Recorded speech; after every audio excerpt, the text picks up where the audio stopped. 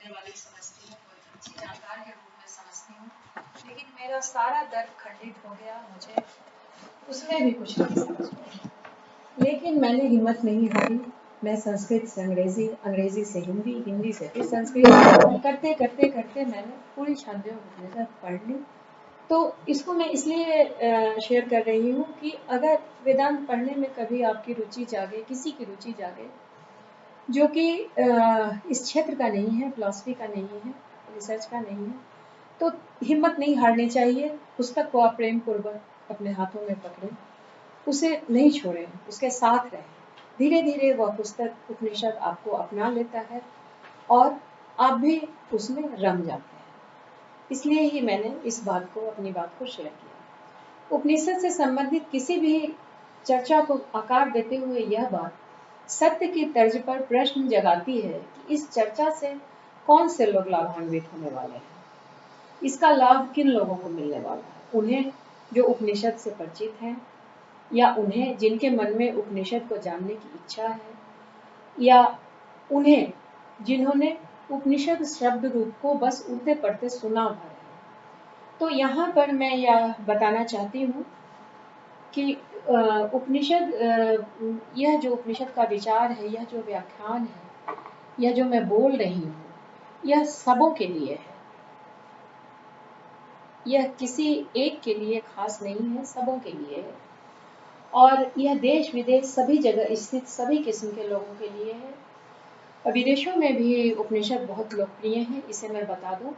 उपनिषद विदेश में कैसे लोकप्रिय हुए, इस पर अगर हम नज़र डालते हैं तो हम देखते हैं कि बीती सदियों में मुगल काल में दारा शिकोह ने कई उपनिषदों के फारसी में अनुवाद कराए, और बाद के समय में फारसी के ये उपनिषद अन्य भाषाओं में, अन्य यूरोपीय भाषाओं में अनुवादित हुए।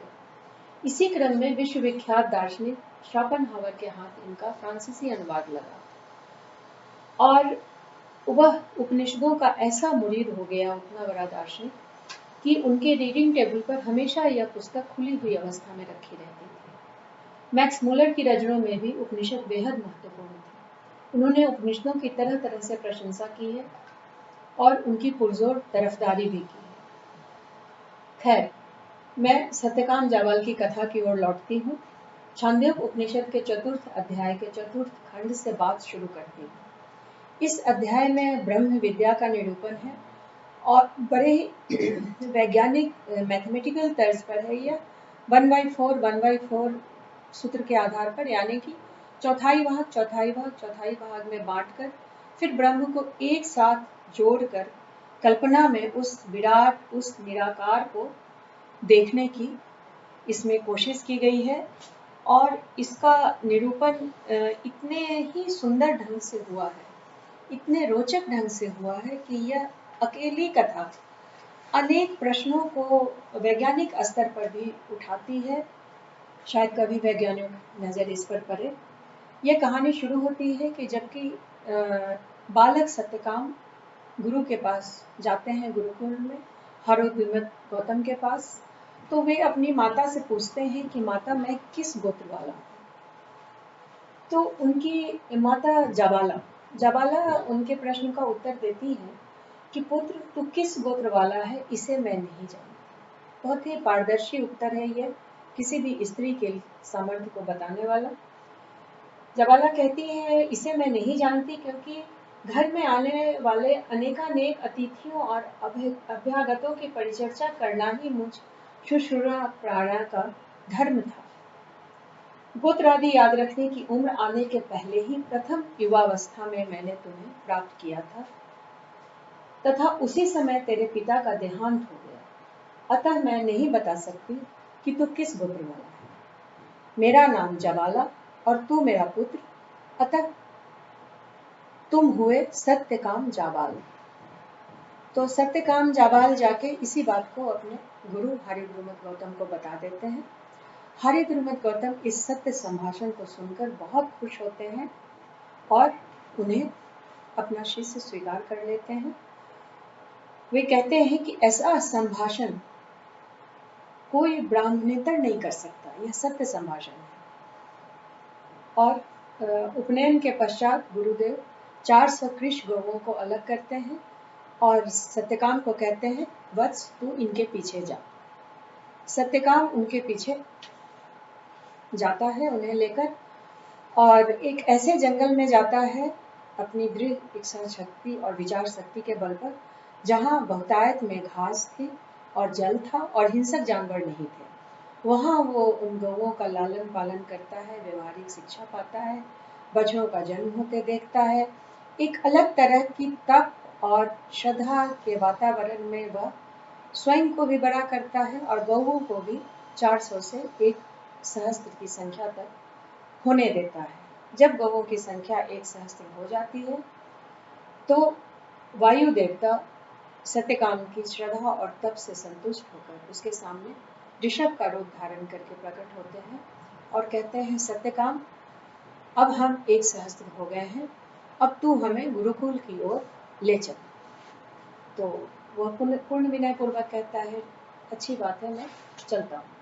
तो यह काफिला चलने की तैयारी करता है। रात के समय सत्यकाम वायु देवता कहते हैं उससे, उस पर प्रसन्न होते हैं, उससे कहते हैं कि क्या मैं तुम्हें ब्रह्म का एक चरण बतलाऊं, मतलब कि चौथाई भाग बताऊं? तो वो पूर्ण विनय पूर्वक कहता है, हाँ बताइए। तो वही कहते हैं, पूर्व दिशा, पश्चिम दिशा, उत्तर दिशा, दक्षिण दिशा मिलकर ब्रह्म का एक चरण, एक खंड, एक चौथाई भाग बनाती है। यह विचार बहुत इंपॉर्टेंट है कि हम अगर ब्रह्म की कल्पना करें कि ब्रह्म वास्तव में कैसा है, कितना बड़ा है, और उसका चौथाई भाग अगर हम सोचें कि चारों दिशाएं मिलकर है, तो स्वाभाविक रूप से हमारे मन में ब्रह्म की कल्पना, उसकी विराटता का ख्याल आता है। इसी तरह अगली रात्रि में अग्नि देवता प्रकट होते हैं और वे उसे, सत्यकाम को, ब्रह्म का द्वितीय चरण बताते हैं, द्वितीय खंड, चौथाई भाग। यह पृथ्वी एक खंड, अंतरिक्ष एक खंड, देवलोक एक खंड और समुद्र एक खंड, ये चारों खंड मिलकर ब्रह्म के द्वितीय चरण, चौथाई भाग की रचना करते हैं। इसी तरह अगली रात आदित्य देव हंस का रूप धारण करके आते हैं और सत्यकाम को बताते हैं अगले चरण का, चौथाई भाग का। अग्नि एक भाग, सूर्य एक भाग है, चंद्रमा एक भाग है और विद्युत एक भाग है। यह ब्रह्म का चौथाई भाग है। ऐसा कहकर वह शिक्षा इस तरह से सत्यकाम शिक्षित होता है, वह पाता है। और सब अंतिम चरण जब बताते हैं तो प्राण देव बताते हैं, मुदगु का, जल पक्षी का रूप धारण करके आते हैं और बताते हैं, प्राण एक खंड है, चक्षु एक खंड है, श्रोत एक खंड है और मद एक खंड है। तो इस तरह ब्रह्म के चारों खंडों की बात सत्यकाम जान लेता है। और जब वह अपने काफिले को लेकर, सहस्त्र गौओं के काफिले को लेकर गुरु के पास जाता है, तो गुरु उसके सहज अस्मित चेहरा को देखकर, ज्ञान आभा से मंडित मुखाकृति को देखकर पूछते हैं, बस तू तो ब्रह्मवेत्ता सा जान पड़ता है, तुझे किसने ब्रह्म की शिक्षा दी? तो वह बताता है कि आपसे, वह शिष्टाचार बस पूर्ण विनय पूर्वक बोलता है कि आपसे बढ़कर कौन है जो मुझे यह शिक्षा देगा, लेकिन इन लोगों ने मुझे शिक्षा दी है। वायु देवता ने, अग्नि देवता ने, आदित्य देव ने और प्राण देव ने अलग अलग रूप धारण करके मुझे शिक्षा दी है। तो हरिहरमत गौतम यह जानकर परम संतुष्ट होते हैं और सत्यकाम के आग्रह पर वे भी अपने ढंग से सत्यकाम को शिक्षित करते हैं। और इस तरह सत्यकाम के मन में गुरु से शिक्षा पाने की, ज्ञान पाने की इच्छा पूरी होती है। यह सत्यकाम से जुड़ी हुई पहली कहानी है। दूसरी कहानी है यह अग्नि विद्या। अग्नि विद्या में सत्यकाम स्वयं गुरु हैं और उनके गुरुकुल में अन्य शिष्यों को वे उनका समावर्तन संस्कार कर देते हैं, लेकिन उपकोशल का नहीं करते हैं। इस बात से उपकोशल बहुत ही व्यथित रहता है मन ही मन कि सबों का संस्कार, समावर्तन संस्कार हो गया, मतलब दीक्षा मिल गई उनको, केवल उसका नहीं हुआ है। तो उनकी पत्नी है जो सत्यकाम की, वो पूछती है, आपने सबका संस्कार कर दिया, इनका क्यों नहीं किया, उपकोसल का? तो वे इस बात का, सत्यकाम इस बात का कोई जवाब नहीं देते हैं। मतलब कि वे अभी नहीं समझते हैं कि उपकोसल, कमल का पुत्र उपकोसल जो उनका शिष्य है, वह अभी ज्ञान पाने की स्थिति में आ पाया है, और वे बिना जवाब दिए हुए कहीं चले जाते हैं कुछ दिनों के लिए। तो उपकोसल यह सब देख सुनकर बहुत दुखी हो जाता है और वह खाना पीना छोड़कर बैठ जाता है। तो गुरु पत्नी पूछती हैं कि हे ब्रह्मचारी, तू भोजन कर, तू किस कारण से भोजन नहीं करता है? तो उपकोसल कहता है, माता, इस अकृतार्थ साधारण पुरुष के हृदय के अंदर अपने लिए बहुत सारी कामनाएं रहती हैं। उन्हीं बहुमुखी मानसिक चिंताओं के कारण मैं भोजन नहीं कर रहा हूँ। तो उपनिषद के, इसके उपकोसल के मानसिक खेद को वहाँ उपस्थित चर, अचर, स्थूल, सूक्ष्म सभी महसूस करते हैं, जानते हैं। और वहाँ पर जो अग्नियाँ हैं, जिनकी उपकोसल ने 12 वर्ष तक सेवा की है, उसको, उस दुखी तपस्वी को देखकर बहुत मतलब दयामयी हो जाती हैं और सोचती हैं कि वो उन्हें शिक्षा देंगी। तो अग्नियाँ उन्हें एक एक करके शिक्षा देती हैं।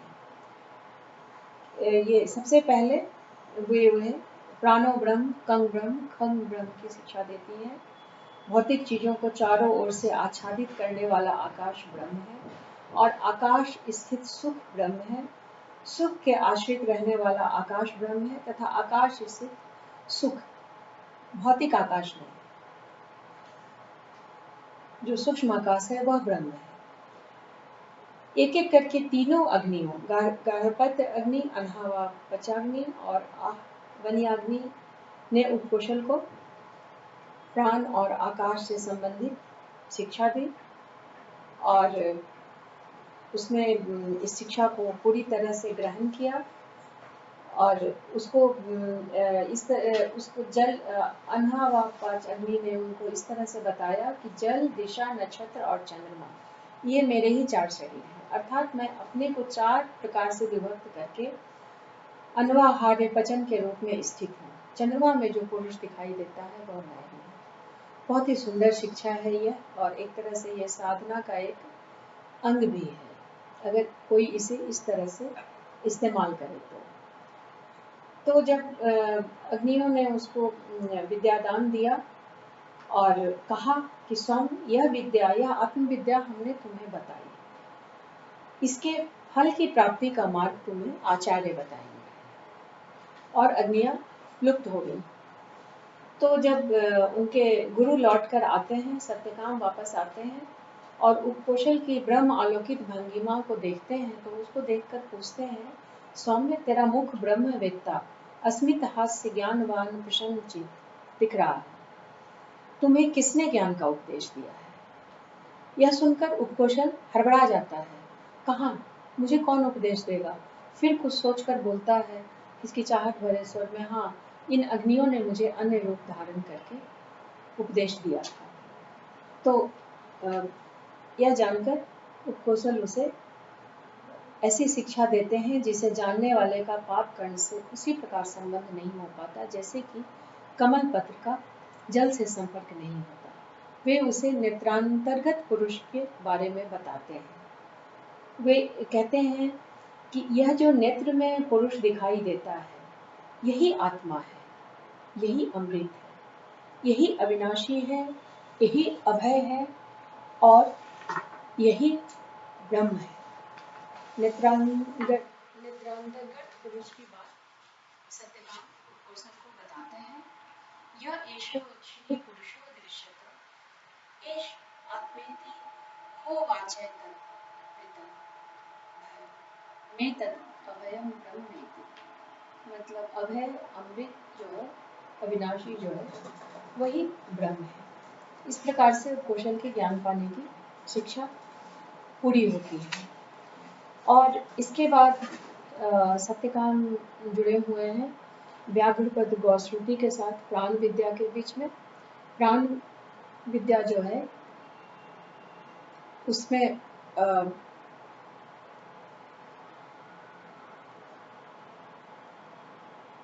प्राण की ज्येष्ठता श्रेष्ठता को बताते हैं और उसे एक इस कहानी के द्वारा, इस सिंबॉलिक कहानी के द्वारा वे बताते हैं आचार्य, और कहते हैं कि अगर इस कहानी को, इस प्राण विद्या को किसी शुष्क स्थानों के प्रति भी कहा जाए तो उसे, उसमें भी पत्ते फूट पड़ेंगे, उसमें भी जीवन दिखेगा। उस कथा को भी उसको ऐसे बताते हैं कि एक बार इंद्रियों में आपस में विवाद छिड़ गया, इंद्रियां आपस में झगड़ने लगी कि मैं श्रेष्ठ हूँ, मैं श्रेष्ठ हूँ, नहीं मैं श्रेष्ठ हूँ। तो सभी मिलकर परम पिता प्रजापति के पास गए और परम पिता प्रजापति ने उन्हें कहा कि तुम लोगों में से जिसके निकल जाने पर यह शरीर एकदम निर्जीव और मलिन अपवित्र दिखाई पड़े, उसी को समझो कि श्रेष्ठ है। तो इस कारण, इस तरह से अपने आप को जांचने के लिए एक एक करके सभी इंद्रियां शरीर छोड़कर निकल गई। सबसे पहले वाक शरीर को छोड़कर निकल गई। 1 वर्ष के बाद जब वाक वापस लौटती है तो वो पूछती, बाकी लोगों से पूछती है कि तुम लोग मेरे बिना कैसे रहे? तो बाकी इंद्रियों ने कहा कि जिस प्रकार गूंगे लोग बिना बोले रहते हैं वैसे ही हम रहे। फिर चक्षु ने उत्क्रमण किया। जब चक्षु वापस 1 साल के बाद लौटा तो उसने पूछा कि तुम लोग मेरे बिना कैसे रहे? तो इंद्रियों ने कहा कि जैसे कि कोई अंधा रहता है वैसे हम रहे। इसी तरह से एक एक करके श्रोत ने और मन ने भी उत्क्रमण किया और फिर वे वापस जब लौट कर आए तो अंत में प्राण ने सोचा कि अब मेरे जाने की बारी है, और जब वह शरीर छोड़कर निकलने लगा तो इंद्रियों को ऐसा लगा कि जैसे कि कोई, इसका उदाहरण इस उपनिषद में ऐसा दिया हुआ है कि जैसे कोई घोड़ा अपने कील और खूंटे सहित निकल भागना चाहता है और उसके साथ साथ खूंटा, कील, सब रस्सी सबों का निकल जाना तय है। तो यह देखकर इंद्रियां समझ गई कि प्राण ही हमें ज्येष्ठ है, श्रेष्ठ है, और वे उनके पास आकर कहती हैं, प्राण के पास आकर कहती हैं कि तुम ही श्रेष्ठ हो, तुम ही ज्येष्ठ हो। और श्रुति कहती है कि प्राण ही ज्येष्ठ है, श्रेष्ठ है। यो ह वै ज्येष्ठम च श्रेष्ठम च वे ज्येष्ठश्च ह वै श्रेष्ठश्च भवति प्राणो वाव ज्येष्ठश्च श्रेष्ठश्च। तो इस तरह यह कहानी पूरी होती है और एक तरह से सत्यकाम के बारे में भी हमें काफ़ी कुछ पता चलता है। अब इसके आगे हम अगर बढ़ते हैं तो सीधे हमारे सामने याज्ञवल्क्य और गार्गी की कहानी आती है।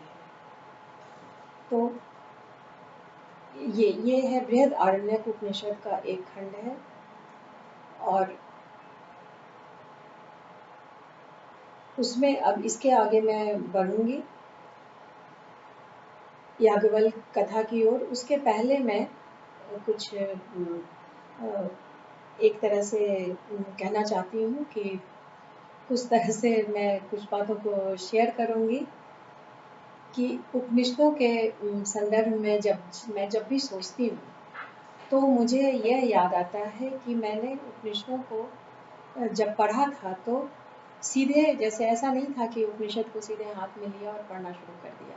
मैंने वेदांत की अन्य पुस्तकों को पढ़ा। सबसे पहले जैसे गिरनारी पंत आश्रम में हमारा जाना आना था हमारे यंग एज में, और वहाँ पर हम लोग जाके 2-3 दिन रहते थे। तो वहीं पर वेदांत की पुस्तकों का पाठ होता था। तो बाकी पुस्तकें तो मैं पढ़ गई, जैसे अष्टावक्र संहिता, अवधूत गीता, पंचदशी, लेकिन जब मैं ब्रह्म सूत्र पढ़ने लगी तो मैंने देखा कि उसके सूत्रों की अर्गला बिना उपनिषद पढ़े हुए नहीं खुल सकती है। तब मैंने उपनिषद पढ़ना शुरू किया। तो यह बात यहाँ बात करते हुए याद आ रही है, इसलिए मैंने इसकी चर्चा की। अब मैं बृहद आरण्यक उपनिषद के याज्ञवल्क्य कांड की चर्चा करती हूँ। बृहद आरण्यक उपनिषद जो है वह उसके तीसरे, यह सबसे बड़ा उपनिषद है। इसके बारे में कहा जाता है कि यह सबसे बड़े आकार का उपनिषद है, और यह बात शंकराचार्य ने भी कही है, और इसका बहुत ही सुंदर भाष्य उन्होंने लिखा है। उपनिषदों के बारे में चर्चा करते हुए इसके शब्दार्थ पर भी हमारी नज़र जाती है। यह उपनि और सब धातु का योग है, यानी कि गुरु के निकट बैठकर ज्ञान प्राप्त करने की चर्चा। इस चर्चा के बीच बड़ी बड़ी गुत्थियों को सुलझाया जाता है। तो अभी हम देखेंगे कि याज्ञवल्क्य कांड में भी बहुत बड़ी बड़ी गुत्थियों को सुलझाया गया है। और यह बृहद आरण्यक उपनिषद जो है, यह है यजुर्वेद की कांडवी शाखा के अंतर्गत, वात्सनेय ब्राह्मण के अंतर्गत यह बृहद आरण्यक उपनिषद आता है।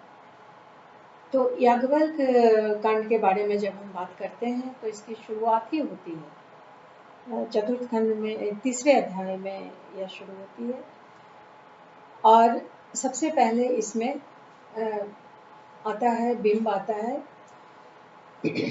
विदेह राज जनक की सभा का। बहुत ही रोचक और ज्ञान से भरी हुई इस कहानी में वर्णन आता है कि विदेह राज जनक द्वारा आयोजित एक विशाल यज्ञ का आयोजन किया गया था, जिसमें अनेकानेक ब्राह्मण कुरु एवं पांचाल देश से आए थे, जिसमें अनेक विद्वजन आर्तभाग, भुज्यु, उशस्त, कहोल, गार्गी, आरुणि, शाकल्य वगैरह एक जगह एकत्रित हुए थे, और लंबा वाद विवाद, प्रश्न प्रति प्रश्न का सिलसिला चला था। ज्ञान से भरे हुए संभाषण हुए थे, लेकिन महत्वपूर्ण जो हुआ था वह था शुरुआत हुई थी, वह बहुत महत्वपूर्ण था। विदेहराज जनक ने सहस्त्र गायों के दोनों सिंगों पर 10-10 सोने के टुकड़ों को बंधवाकर यह घोषणा की थी कि जो भी ब्रह्म ज्ञानी हो वह इन गौओं को ले जाए। इस तरह की घोषणा जनक ने की तो कोई भी ब्राह्मण आगे नहीं बढ़ा। किसी भी ब्राह्मण ने आगे बढ़कर नहीं कहा कि ठीक है, मैं हूँ ब्रह्मज्ञानी, मैं इन गौओं को ले जाऊंगा। तो याज्ञवल्क्य जी अपने शिष्य सोमश्रवा को कहते हैं कि इन गौओं को हाँक ले जाओ, अपने आश्रम ले जाओ। और यह सुनकर बाकी ब्राह्मण बहुत क्रुद्ध हो जाते हैं। याज्ञवल्क्य की यह हिम्मत देखकर उपस्थित पंडित क्रुद्ध हो जाते हैं, उन्हें वाद विवाद के लिए ललकारते हैं। और सबसे पहले उनसे अश्वल पूछता है, क्या आप ब्रह्मनिष्ठ हैं? तो याज्ञवल्क्य जी कहते हैं, ब्रह्मनिष्ठ को तो हम प्रणाम करते हैं, नमो वयम ब्रह्मनिष्ठाय, हमें तो गौवों की इच्छा है। यह बहुत ही इंटरेस्टिंग है, यह बिंदु जो है उपनिषद का, यह बहुत ही इंटरेस्टिंग है कि याज्ञवल्क्य जो है वो पूरे ज्ञानी है, ब्रह्मनिष्ठ है, लेकिन चूंकि यह नियम है कि स्वयं को यह कोई नहीं कह सकता कि मैं ब्रह्म ज्ञानी हूँ, यह कहने की प्रथा नहीं है, यह अलाउड नहीं है। तो वे अपने दर्प को साथ रखते हुए कहते हैं कि ब्रह्मनिष्ठ को तो मैं प्रणाम करता हूँ, मुझे तो गौवों की इच्छा है। वे ये नहीं कहते हैं, वे बिल्कुल ही उद्दंडता नहीं दिखाते हैं। इस उद्धत प्रश्न का, अश्वल के उद्धत प्रश्न का वे बहुत ही संस्कारी उत्तर देते हैं। वे नहीं कहते हैं हाँ मैं हूँ ब्रह्मज्ञानी, मैं ले जाऊंगा गायों को। ये बहुत ही सुंदर, यह जवाब बहुत ही सुंदर है। हम देखते हैं कि उपनिषद अनजाने रूप से हमें शिक्षित भी करते चलते हैं, व्यवहार सिखाते हैं। उपनिषद हमें प्रेरित करते हैं कि उच्च स्तरीय और बुद्धिमत्तापूर्ण व्यवहार हमें करना चाहिए, और एक अच्छे समाज की रचना हमेशा अपने व्यवहार के बल पर हमें करते रहना चाहिए। उसके बाद याज्ञवल्क्य जी से बहुत लोग प्रश्न पूछते हैं, बहुत सारा वाद विवाद होता है। मैं चूंकि गार्गी के बारे में ज़्यादा बोलने वाली हूँ, इसलिए मैं गार्गी के जस्ट पहले कहोल उनसे संन्यास सहित आत्मज्ञान से संबंधित प्रश्नों को पूछते हैं। तो उनका उत्तर देते हुए याज्ञवल्क्य जी ब्राह्मण्य पद, ब्राह्मण, मुनि आदि के बारे में बताते हैं। वे कहते हैं कि क्षुधा, पिपासा, शोक, मोह, जरा और मृत्यु से परे जो है वही आत्मा है। ब्रह्म को जान लेने पर कामनाओं, सभी ऐष्णाओं से मुक्त ज्ञान बल से युक्त हो जाने वाले ही ब्राह्मण कहलाते हैं। ब्राह्मण की इतनी सुंदर परिभाषा वज्रसूचिकोपनिषद में, हाँ, इसके बराबर की परिभाषा वज्रसूचिकोपनिषद में भी है ब्राह्मण की। और याज्ञवल्क्य जी आगे कहते हैं, इस प्रकार ज्ञान बल, भाव और पांडित्य से युक्त मुमुक्षु जब आत्मज्ञान रूप को पूर्णतया प्राप्त कर लेता है तो वह मुनि कहलाता है। मुनि की भी यह बहुत ही सुंदर परिभाषा है। ब्राह्मण के बारे में कहते हैं, ब्राह्मण ब्रह्म को नित्य तथा अन्य सभी वस्तुओं को मरुमरीचिका में स्थित जल के समान अनित्य मानते हुए इस सत्य को अनुभूत करता है तथा सबको ब्रह्म मानते हुए ब्राह्मणत्व पद में स्थित हो जाता है। इसके बाद कहोल के प्रश्न एक तरह से खत्म हो जाते हैं और गार्गी प्रश्नोत्तर के लिए आती है। तो गार्गी से उनका जो संवाद है वो आश्चर्यजनक संवाद है, बहुत ही सुंदर संवाद है। गार्गी उनसे अनेकानेक प्रश्न पूछती है, उसमें से कुछ को मैं यहाँ देती हूँ, नहीं तो बहुत लंबा हो जाएगा ये व्याख्यान। गार्गी कहती हैं, जल किसमें ओतप्रोत है? वायु में। याज्ञवल्क्य जी कहते हैं, वायु किसमें ओतप्रोत है? याज्ञवल्क्य जी कहते हैं, आकाश में। अनेक प्रश्न, इसके बाद बहुत सारे प्रश्न हैं गार्गी के द्वारा पूछे गए। फिर अंत में जो प्रश्न आते हैं वो मैं बोलती हूँ। गार्गी पूछती है, नक्षत्र लोक किसमें ओतप्रोत है? हे गार्गी, इंद्रलोक में। इंद्रलोक किसमें ओतप्रोत है? देवलोकों में। देवलोक किसमें ओतप्रोत है? प्रजापति लोकों में। प्रजापति लोक किसमें ओतप्रोत है? हे गार्गी, ब्रह्मलोक में।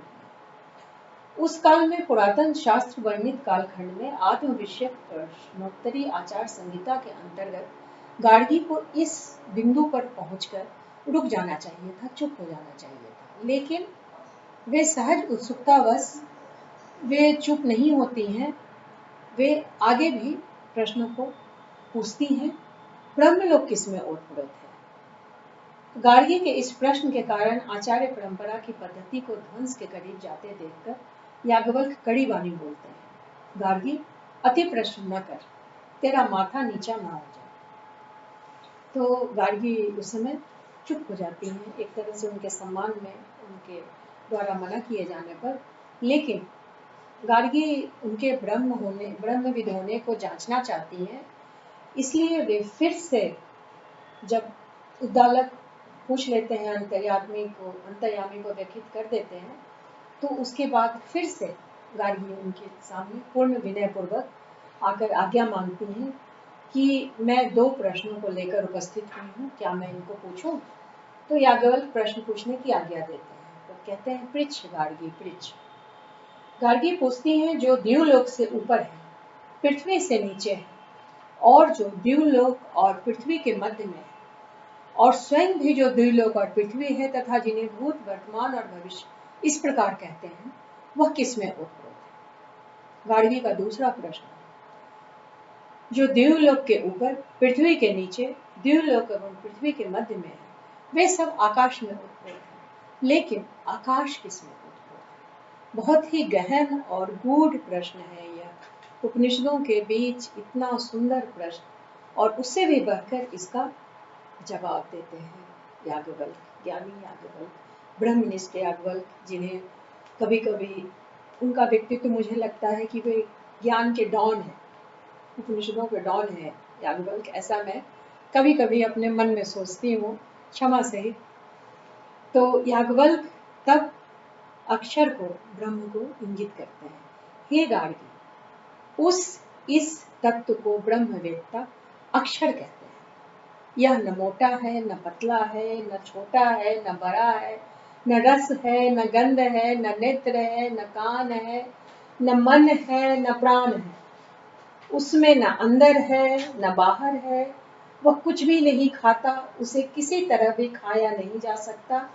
इस अक्षर के प्रशासन से ही सूर्य, चंद्र, द्युलोक, पृथ्वी, समस्त विशेष रूप से स्वयं को धारण करके रहते हैं। और याज्ञवल्क्य आगे ब्रह्म ज्ञान को इस प्रकार बताते हैं। हे गार्गी, जो कुछ इस श्लोक में इस ब्रह्म को न जानकर हवन, यज्ञ या सहस्त्र वर्षों तक तप करता है, वह सब बेकार जाता है। कंक्लूड करते हैं कि वह सब बेकार जाता है अगर ब्रह्म को न जाना जाए, और उन्हें अक्षर को बिना जाने जो इस लोक से मरकर जाता है वह कृपण है। जो इस अक्षर को जानकर मरकर जाता है वह ब्राह्मण है। ब्रह्म की ऐसी सुंदर, विशद और अकाट्य विवेचना सुनकर गार्गी को याज्ञवल्क्य के ब्रह्मवेत्ता होने पर कोई शंका नहीं रह जाती, और वे बाकी ब्राह्मणों को कहती हैं कि आप लोग इसी को बहुत मानिए कि आपको नमस्कार आदि द्वारा ही इनसे छुटकारा मिल जाए याज्ञवल्क्य जी से, और इनसे ब्रह्म रूपी वाद विवाद में कोई भी नहीं जीत सकता। यह ऐसी अद्भुत कथा है कि इसे एक बार ठीक से पढ़ लेने के बाद व्यक्ति भूल नहीं सकता है। वज्रसूचिको उपनिषद में भी ब्राह्मण की परिभाषा की बात उठती है। किसे ब्राह्मण कहेंगे? तो ये उपनिषद बड़े औदार्य पूर्वक कहता है, वज्रसूचिको उपनिषद, दंभा अहंकारादि मिसंग अस्पृष्ट चेता वर्तत स्वमुक्त लक्षणों यह स एव ब्राह्मण इति। अर्थात दंभ, अहंकार आदि से रहित, काम राग दोषों से मुक्त तथा सत्य ज्ञान से युक्त निर्विकल्प रहने वाला, जिसने अनुभव द्वारा ज्ञान प्राप्त किया हो, उसे ही ब्राह्मण कहेंगे। एक ओर तो यह ब्राह्मण की परिभाषा करती है, दूसरी ओर अभी के समय में, अभी जहां हम बैठे हुए हैं, वहां पर जो ब्राह्मण को लेकर के एक वितंडावाद खड़ा है, लोग आपस में झगड़ते हैं, जनवादी लोग बहुत ज्यादा हंगामा करते हैं ब्राह्मणवाद को लेकर के, तो ब्राह्मण की इस परिभाषा को एक बार जान लेने पर बहुत सारे द्वंद्वों से अभी के समय में हम मुक्त हो जाते हैं। उपनिषद हमें बहुत सारे ज्ञान को देता है और बहुत सारे द्वंद्वों से मुक्त भी करवाता है। खैर, उपनिषद में छांदयोग में जानश्रुति पौत्रायण और रैक्य कथा में शूद्र की भी परिभाषा हमें मिलती है, उसकी बात कभी बाद में करेंगे। और शिक्षित अशिक्षित की भी परिभाषा मिलती है कि जब प्रवाहन की सभा में गुरुकुल से शिक्षा प्राप्त करके आया हुआ श्वेतकेतु जाता है, तो उससे प्रवाहन 5 प्रश्न पूछते हैं कि इस जीव से, इस लोक से मरकर जीव कहाँ जाते हैं, इस लोक में जीव कैसे आते हैं, यह लोक कभी भरता क्यों नहीं, वह लोक, ये देवयान मार्ग, धूमयान मार्ग आदि के बारे में पूछते हैं। श्वेतकेतु एक का भी जवाब नहीं दे पाता, एक का भी जवाब नहीं दे पाता। तो प्रवाहन उसे एक तरह से उसकी खिल्ली उड़ाते हैं कि बिना इन प्रश्नों के उत्तर जाने हुए तुम स्वयं को शिक्षित कैसे कहते हो। यानी कि उस काल में, उस पुरातन काल में जो हमारा स्वर्णिम काल था, उस समय शिक्षा का मापदंड शायद आत्मज्ञान था। अर्थात यदि आपने सर्वोच्च ज्ञान नहीं पाया तो आप अशिक्षित माने जाएंगे। तो उपनिषद हमें बहुत कुछ बता देते हैं, डायरेक्ट रूप से भी बताते हैं और इनडायरेक्ट रूप से भी बताते हैं। इस तरह उपनिषदों के बीच अनेक तथ्य हैं जो अपने व्यवहारिक गुणों के कारण हमें बहुत ज्यादा प्रभावित करते हैं। इसी तरह गर्भोपनिषद में गर्भ में स्थित प्राणी कैसे आकार लेता है। प्रथम है आकलन यानी लिक्विड स्टेट, फिर बुदबुद यानी सेमी सॉलिड रूप, और फिर उसके बाद सिर, पैर, पीठ बनने के हफ्तों महीनों के बाद जब गर्भोपनिषद बताता है तो हमें आश्चर्यचकित रह जाना पड़ता है। हमें क्या, सभी वैज्ञानिकों को भी, आज के जो भी मेडिकल साइंस वाले हैं उनको भी, सप्तरात्रो शितम बुद्बुदम भवति अर्धमासाभ्यंतरे पिंडो भवति, गर्भस्थ प्राणी के अस्थूल आकार को इंगित करने के बाद जब उसके मन की अवस्थाओं को, उसकी सोच को उपनिषद बताता है, तब तो हमारा मन एकदम ठक से रह जाता है। यह न्यूक्लियर साइकोलॉजी कब, किस काल में, किस मनीषी ने स्थापित की होगी, आज की बुद्धि इस संधान में चकरा कर रह जाती है। और उपनिषदों की बातों को परखते हुए, उन पर केंद्रित करते हुए मैं यह इंगित करना चाहती हूँ कि आज यहाँ इस सदी में एक आधुनिक कालखंड में बैठे हुए जो हम लोग एक दूसरे से जुड़े हुए हैं, तो ऐसे में हमें अपनी परंपराओं के बारे में, अपनी पुरानी पुस्तकों के बारे में अवश्य सोचते रहना चाहिए, इसको बचा के रखना चाहिए। क्योंकि अभी के समय को देखने से मुझे कभी कभी ऐसा लगता है कि जैसा किसी किसी फिल्म में हम देखते हैं कि 50-50 फीट ऊंची समुद्र की लहरें चली आ रही हैं शहर को डुबाने, तो वैसे ही जो भाषा है हमारी, उसको खत्म करने के लिए यह नया समय या आधुनिक समय चला आ रहा है। तो हमें उपनिषदों को, अपनी पुरातन पुस्तकों को बचा के रखनी चाहिए। मुख्य उपनिषद 11 हैं, वैसे ये पूरे 108 हैं, लेकिन कहीं कहीं 1018 उपनिषदों की भी चर्चा होती है। खैर, इस बारे में मेरा ज्ञान थोड़ा कम है, लेकिन उपनिषदों में जो आत्म की चर्चा है, जो प्रवाहित धारा है, इस धारा ने उपनिषद को भारत से उठाकर विश्व में प्रतिष्ठित किया है। और उपनिषदों में एक तरह का समाजवाद है कि किसी के लिए भी मना नहीं है कि उपनिषद, हम देखते हैं कि एक और छांदोग्य में सीधे साधे गाड़ीवान रैक के हैं, दूसरी ओर राजा प्रवाहन हैं, उशस्ती ब्राह्मण एकदम गरीब है। सभी उपनिषद के सभी आत्मज्ञानी हैं। सत्यकाम जाबाल तो खैर सिंगल मदर के पुत्र हैं, और उपनिषद के बीच देवराज इंद्र और असुरराज विरोचन भी हैं जो आत्मज्ञानी हैं।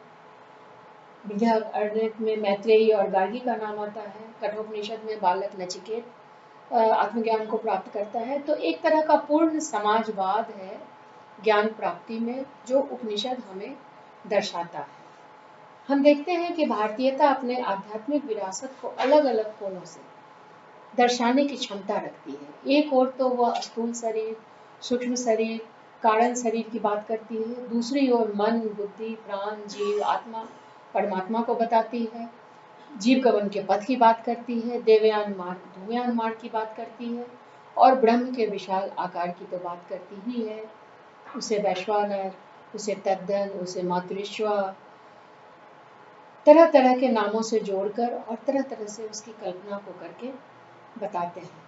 ज्ञान का उत्स कहे जाने वाले उपनिषदों का मूल भारत से जुड़ा हुआ है, और इसमें यह विश्व स्तर पर इसकी तहें कई बार खास लोगों तक पहुंचती रही हैं, जिनमें जर्मन दार्शनिक शोपेनहावर, मैक्स मुलर और पॉल डैसन का नाम विश्वविख्यात है।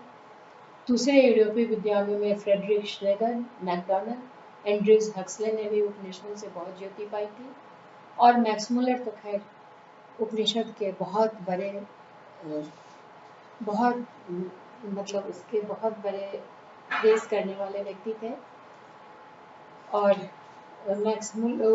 पॉल डैसन ने मूल संस्कृत में उपनिषद को उस समय पढ़ा और एक महत्वपूर्ण पुस्तक लिखी, फिलॉसफी ऑफ उपनिषद। यह बात आज की तारीख में भी हमें आश्चर्य में डाल देती है कि उस जर्मन वैज्ञानिक ने सिर्फ उपनिषद पढ़ने के लिए संस्कृत को पढ़ा। और दूसरी ओर हम देखते हैं कि हमारे ज़्यादातर भारतीय, खास करके जो हमारी नई पीढ़ी है, वह तो उपनिषदों को क्या, सारे भारतीय शास्त्रों को खाक के बराबर समझती है, उसके प्रति घोर अश्रद्धा दिखाते हुए चुकती नहीं है। यह बात बहुत बहुत ही दुखी कर जाती है। हम पुरातन ज्ञान को प्राप्त करने की चेष्टा तो नहीं करते, उसके सकारात्मक रूप में। मैं कर्मकांडी लोगों की बात नहीं कह रही, कर्मकांड की बात मैं नहीं कह रही हूँ, मैं ज्ञान की बात कह रही हूँ जो कि पूर्णतः वैज्ञानिक है। विद्वानों के मन में उपनिषदों से एक किस्म का गहरा जुड़ाव पाया जाता है। होता यह है कि उपनिषदों से प्रवाहित सत्यों को पहचानने, उनसे जुड़ जाने के कारण कई ऐसे प्रश्नों के समाधान मिल जाते हैं जो अन्य धर्मों या दर्शनों में किसी भी तरह से हमें नहीं मिल पाते। जैसे कि देह की रचना के पूर्व भी सूक्ष्म शरीर था क्या, देही आत्मा एनर्जी का अस्तित्व था क्या। लेकिन उपनिषद ही है जो ऐसे प्रश्नों के सामने तन कर खड़े हो जाते हैं और उसका सटीक उत्तर देते हैं।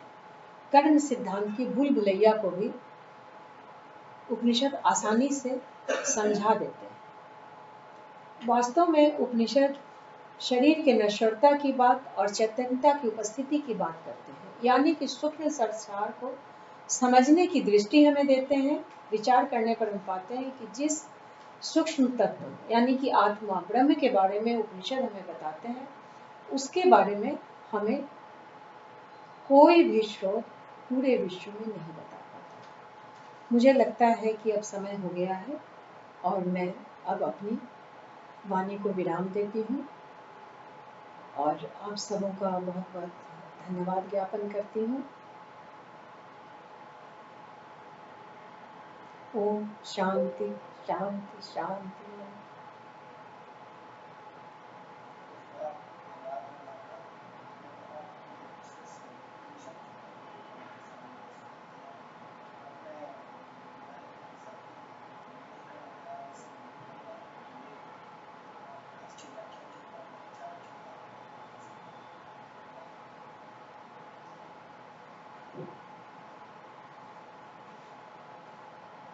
नमो नमः। हरि ओम।